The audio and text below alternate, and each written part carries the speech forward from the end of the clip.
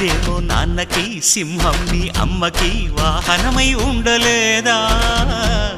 ఎలకేమో తమరికి, నెమలేమో తంబికి రథమల్లే మారలేదా? పలుజాతుల భిన్నత్వం కనిపిస్తున్నా, కలిసుంటూ ఏకత్వం బోధిస్తున్నా. ఎందుకు మాకి హింసావాదం, ఎదిగేటందుకు అది ఆటంకం.